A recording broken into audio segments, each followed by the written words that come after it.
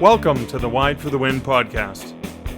Our goal at Wide for the Win is to help authors grow publishing success across multiple platforms and formats through education, training, support, and community.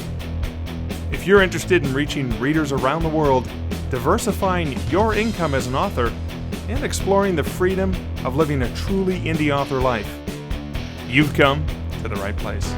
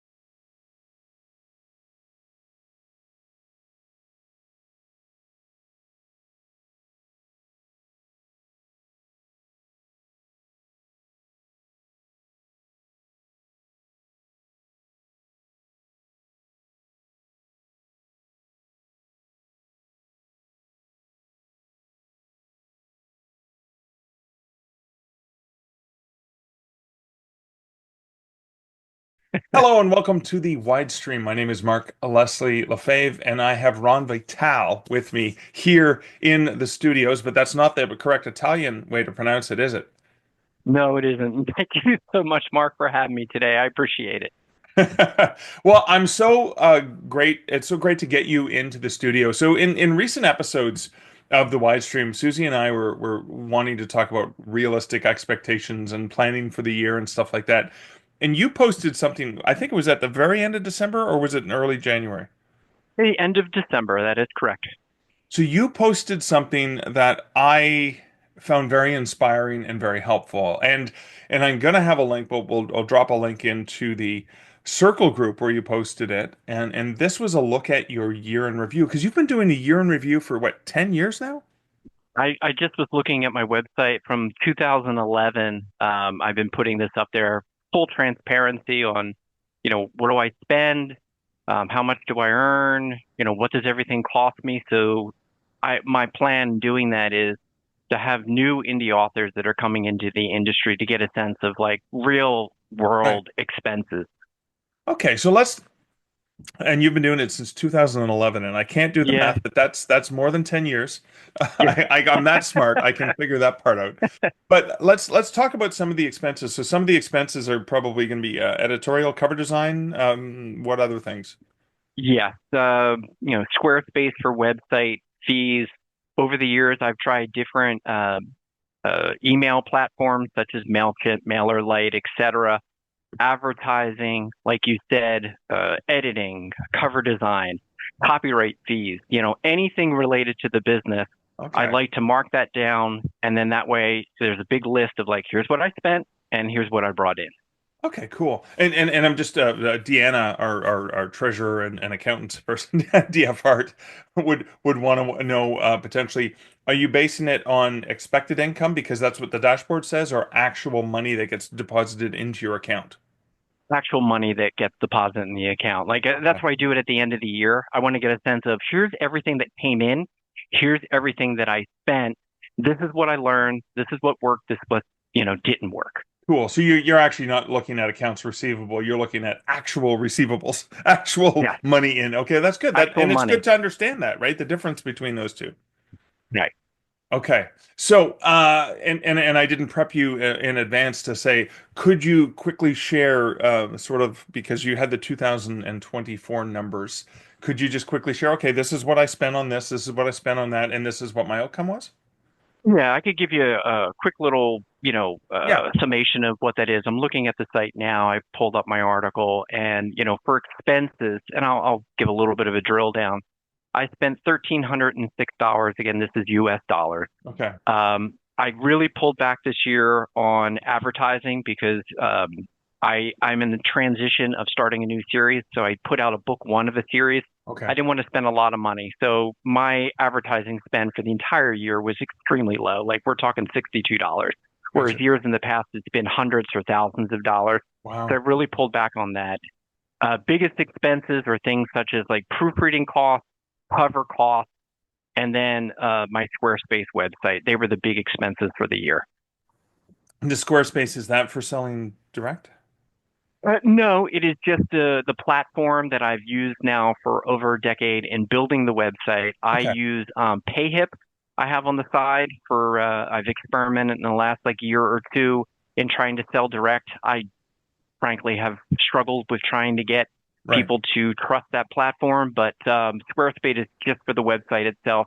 And then connecting that to different, like my mail. In the past, I'd used it for connecting to MailChimp. Okay. And so those total expenses for 2024 were again $1,306. $1,306. Okay. And you said, and this I think this is really important. You made a very uh, um, conscientious decision to say, okay, I got a new series. I'm not going to push hard until I've got the more books out right in the series. So you said, okay, I'm not going to crank up that marketing spend, right? Right. You said $62 roughly was what you Yeah, spent on. I did in the early part of the year, and then I just basically turned everything off. What I had seen in the past is I have other series. Those series sold well at one point, but now that they're a little bit long in the tooth, I'm not seeing them sell as well as the way they used to. I had tried for years putting extra advertising dollars, my budget into trying to market those books. They just weren't selling. I don't know, was it their covers? Was it my writing? Who knows what it was? But I, since focused more on my nonfiction in the last 4 years where I actually was making a profit. My fiction sales, again, honestly, it's been very low for the Right. last couple of years with my fiction sales. Okay. So we're going to talk about the numbers of titles you have in fiction and nonfiction. But okay, so what was the end result in terms of income? You spent 1632. 1632? Right. 1306 in 1306. expenses. Sorry. Yes. Okay. That's okay. And Okay. then for the total income sales that I have for the year, and I will kind of give a little bit of a breakdown of this. This includes book sales. This includes Amazon affiliate sales. It includes any of my stack subscriptions. It Okay. includes money that I made on the side through book formatting, helping Okay. other authors format their books, Okay. and then buy me a coffee donation. So Okay. when I added all that up, again, this is money that I actually received that was deposited into my account. Right. At the end of the year, I made $1,064.94. So if Okay. you do the quick math, what I lost for the year was $241.20, which, obviously I'm not happy that I lost money in 2024. But the purpose of me putting out my numbers is I'd like to show, especially new authors, it can be a struggle. There could be years where you have a great year, and you could have other years where you're in the negative. Right. Right. This past year was not a great year for me. Right. I've heard other authors share similar stories that they've also struggled, in this past year. That could be for many reasons, Right. and we might be able to talk about that. But black and white, that's the numbers. Okay, and I want to get into the details because one of the things a lot of beginning writers hear is, okay, but you only have one or two books out. And once you have 20 books, for example, wink, wink, Yeah, nudge, nudge, yeah, there's the 50K a year, right? I guess I've heard right. that. I wish that were the case. So I currently, how many books do you have? And what I'm curious about is the breakdown. So you have a bunch of fiction series and then also yeah, nonfiction. Let's break that down for the audience here. I have 18 books of fiction. I have several series. The big series, my Cinderella Witch Diary series. There's 6 books in that. I've got my Werewolf Saga series. That's a prequel to the Cinderella series. There's 3 books in that. And then I have my Red Door Diary series, which is a standalone series. There's 3 books in that. And then I have some other books, making up the rest, which are basically other series that I have started, but either in the process of they're on hold, I haven't done any other work with them, or in Right. the process of writing other books in that series. Wow. Okay. And then you had mentioned that your nonfiction, that you had done some nonfiction, and the nonfiction was working with fewer titles, but working a little bit better for you. Yeah, and full transparency. It's now, let's see, in a couple months it will be 5 years that I put out Wow. four nonfiction books. They are in the self-help category for those who grew up in either an alcoholic or dysfunctional family. Those four books have, in the time of me being a published author and trying to earn a living or earn any money, frankly, and trying to sell books, those nonfiction books have been my biggest seller by far. Okay. Wow. Wow. And they're not. I mean, they're part of a series because there's four books. Can you? What are the titles of those books? Yeah, it is the Let Go and Be Free series, basically for those who grew up, reflections for those who grew up in an alcoholic family. There's 4 volumes. Each of the books is set to have, it's got 100 daily reflections. And the Yeah. point was every day, you would read a passage that would be one day. Over the course of the year, you have more than 365. So Right. you get all four, volumes, and then you have something that kind of gets you through the year. So that way, over time, you can kind of recycle and reread these to kind of help you on your way if you're, going through a rough time and you want something that's going to be a positive influence to get you going for the beginning of your day. That's what that series is about. And again, for whatever reason, maybe because of the time that I published them was right at the beginning of the pandemic, they just really did well.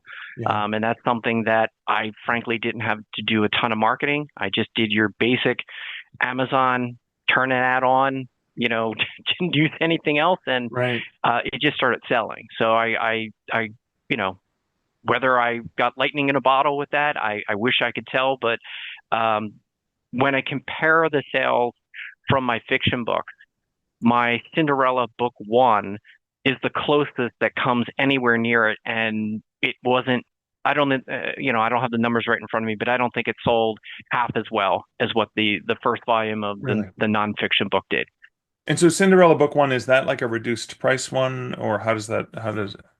Yeah. So when I started back in the Stone Age, back in 2011, I think at that time the book was selling for like 2.99 or so, again, US dollars.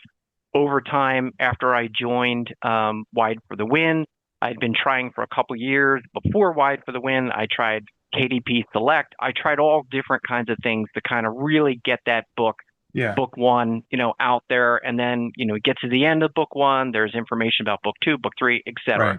So I tried really hard with that. And then several years ago, with what many of us have been doing, you do that, make perma-free your book one, put that Okay. out there, advertise to that book one, all the different newsletter groups that are out there to kind of send it out to hundreds of thousands of people. People will get your book one. If they like it, they'll then go on, read book two, book three, etc. Yeah. So, I mean, you only did $62 worth of ads in 2024. Can I just quickly ask, in 2023, you had spent more on ads? Was it for that, like, sort of book one, or what was it on the nonfiction? It was the nonfiction because the Yeah. nonfiction was selling, frankly, the best. Okay. I had tried for years before putting money toward, my fiction series. Again, I'd get a little bit of money, back from that, but Right. nowhere near the success that I had with the nonfiction. Right. I want to put this in perspective too, because I have that, the book, my first Cinderella book was published in 2011. And, I looked in over time, it's been downloaded. I, Last I looked years ago, it was like 40 something thousand different times. Right. And I have received emails from my readers that would thank me, like, oh, thank you so much for letting me know that your book one is free. I would love to read it, but I have 500 plus free titles on my Kindle, and I don't know if I'm going to get to it. Oh, And that wow. really was a signal to me saying, wait a minute, there are how many thousands of indie authors out there? We're all trying to do the same thing. We're spending money on the advertising. Either our book is hitting or if it's not hitting. If it's not hitting and we're giving that book one for free and I'm putting more money into it, how many other authors are doing the same thing? And I'm hearing from my own readers who like my work and who buy my work saying, I have so many free things to read, I don't have enough time. Wow. Another woman said she has so many free Kindle books on her Kindle, she ran out of space. And that made me think like, whoa, wait a minute. This this strategy is not working for me. Let me just put this on pause. Right. I found success with, modest success with the nonfiction. And then I was like, let me just focus on that. And that's what I've been doing for the last couple of years. Not that I haven't been writing fiction. I just haven't been spending a lot of time marketing that, let me use this time to build up different series, finish series, and then I can reevaluate how can I really successfully spend, marketing budget to drive traffic to get people to try those books. Whereas Right. everything I've tried in the past, frankly, just wasn't really successful. Oh, wow. Thank you for that. So when I'm looking Sure. at roughly $1,000 that came in 2024 of the book sales, so we would take away the Buy Me a Coffee, take away the Substack and the formatting of the actual book sales. I'm curious about the percentage of fiction versus nonfiction. Yeah, in the article that I wrote, I give the breakdown, the exact number breakdown. So I have it Yeah. here on the screen. It was $460.71. So it wasn't even half. It's less than 50% in book sales. Okay. And I used to joke with my family, with my spouse. I would say to her, I'd say, I can get a part-time job at McDonald's, and I can make more money Right. doing that job rather than, selling books. Not that every year that I've had has been dismal. Some years have been better, but I have never been a breakout success where I can say, oh, I'm making all this money, Right. from books. Keep in mind for those who are watching this, I do have a full-time job. I have a family. I have limited time, and I have just chosen not to do the, pump out a book a month. That's just Right. not. I don't have time for that, and frankly, I that's just not what I want to do as an author. Yeah. Now, I know the answer to this, and I'm asking this as a loaded question because I had you on the Stark Reflections on Right. Writing and Publishing podcast, and the question I'm going to ask is, okay, so if 11 years, more than 11 years, obviously you've been sharing for more than 11 years, you've been publishing since 2011, and it's not breaking the bank. You're not flying first class. You're not buying a yacht with all the money that you're making on that. Right. Ron, I mean, why? Why would you even bother doing? Well, why? Sure. Why Sure. bother with all Sure. this hard work and expenses and frustration? You know, That's a very good question. There have been times in years where I have asked myself the same question, saying, am I just creating the same environment and I'm getting the same response? And I know that's not true because I have tried different series, different types of books, fiction, nonfiction. And at the end of the day, I love to write. I've wanted to do this since I was 8. I wrote my first story for my friends at school. I still have that story with the crayon drawings that I did of the aliens that I wrote in the story. And I just remember being a young kid and just thriving off the fact that I can come up with something in my head, put it into writing, and then I can share it with people. Sometimes I have some successes, sometimes I fail. And I've shared with you when we were doing the podcast interview for Stark Reflections. My thought is when I get to the end of my life, I don't know how long that will be. I do not want to be that person that is sitting in the bed and looking back and thinking, oh, I should have tried. I would much rather try and iterate and learn and network and fail than not trying at all. Because if you don't try at all, you have zero chance of getting any kind of success. Yeah. So I take the option of I would rather try, I would rather keep writing, keep learning, keep editing and focusing on my skills. And then over time, I can see in the past 14 plus years that I've been doing this, you pick up my first novel and you pick up my most recent, you'll see I've grown as an author. They say it takes what, a million words or so before you start hitting your stride and how you write and this and that. I just look at it as the craft takes time.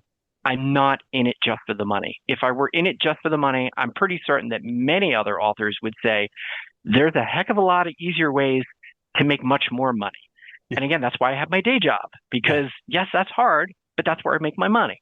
I would love to make more money as an indie author, but I want people to know, fellow authors to know, this is not necessarily easy to do. You don't necessarily pop out a book and, oh, 6 figures and, I'm going to retire. That's not really reality. And I like to kind of pull the shades behind so you can see the numbers, see what I would expect many other indie authors are also struggling. There are, sure, maybe 1-2% that are those 6 figures, and that's great for them. That's fantastic. I just think that it's important for everyone to see what the baseline reality is if you're getting into this and you're thinking maybe great, I've got these great aspirations. That might take you a long time to get to that, or it might not. It depends on many different things, but I love to write and I'm going to keep doing it. I love that. I love that. The other thing that really struck when you were talking with me on the podcast was, yeah, may or not be making money some years because you've earned more than you've spent some years, and some years Yeah, you spend more than you earn. But there's something that makes a huge difference, and that is you've created stories and you've created nonfiction that actually improves people's lives because you've actually heard back from readers, right? I have. And for both my fiction and nonfiction, I have people, on my mailing list that will write back to me and thank me for the work that I've done, how they love my books. I've seen, positive, extremely positive reviews. I've also seen, like other authors, extremely negative reviews. But over the years, it is amazing when you make those connections with your readers and you do get a loyal following. Now, is it a massive following? No, but I have received very positive feedback for both my nonfiction work and for my fiction work. And then, even outside of that validation, as an author, a lot of the work that we do, it's solitaire. I was writing this morning, Mark. It was like 6:20 in the morning, and sitting down, and I have going to do at least 1,000 words today. I have a schedule. I'm going to do a couple, was it 4 times a week? I'm going to pop out at least 4,000 words per week. This is what I'm going to do. And I had an idea of where the scene was going to go. And then a new idea popped into my head. And I thought for a moment and I said, you know what? I'm going to go in this other direction. And as an author, that to me, that discovery process of like, oh, I'm going to have some fun with this. And I'm writing fiction. So again, I can create whatever. And I think, oh, this is, thinking this is really going to round out the character. This scene is really going to add to the characterization. I really like where this is coming in. Great idea. Let's go with it. So I've been doing this, publishing books since 2011. I have been writing stories since I was 8. I wrote my first novel at 16 and tried to shop it in traditional publishing, up, down, left, right, all over the place. I've been at this for a few years, and I want to keep doing it. What I think is so wonderful about platforms, I say not necessarily the platforms, but the Circle platform with Wide for the Win, but the community, being able to network with other authors. And I've had great conversations where I've been interacting with people and say, hey, I will promote your work if you would promote my work, or here's what I learned. Here's what you learned. And when I think back of how I started, doing the indie author publishing back in 2011, someone gave me an article that basically was step by step of how to use the Caliber tool to create and, format your own book. And with Wide for the Win over the last so many years, I have written articles on like how to use Vellum, screenshots, putting everything all together, thinking the community has given to me and I want to give back to the community. It doesn't necessarily mean that I've made lots of money.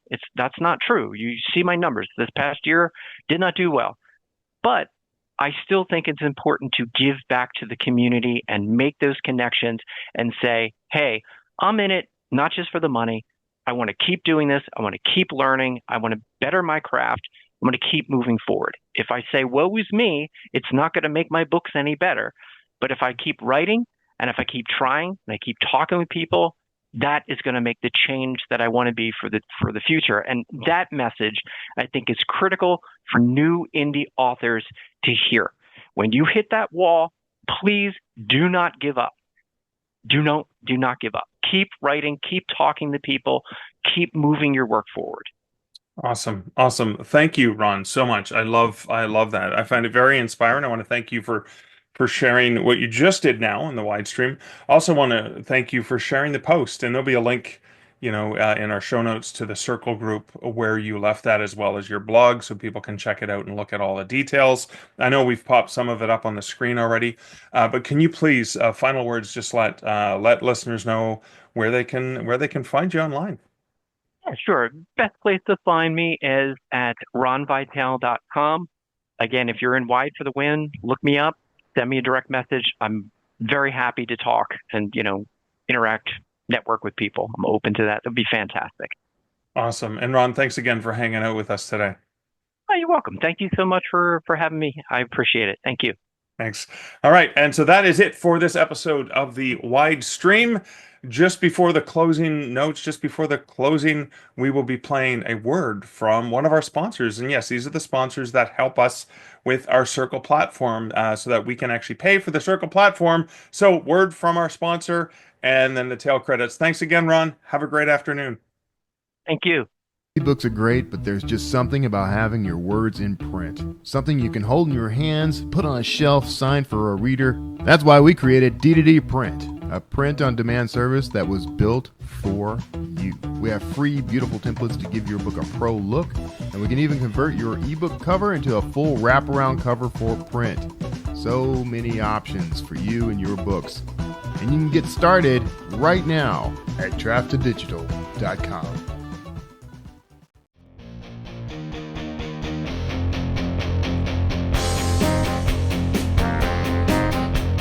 You've been listening to the Wide for the Win podcast. For links to our Facebook and Circle groups and other helpful Wide publishing resources, go to wideforthewin.com. The music for this podcast, Sax and Rock and Roll, was written and performed by Kevin MacLeod and was licensed at incomptet.com.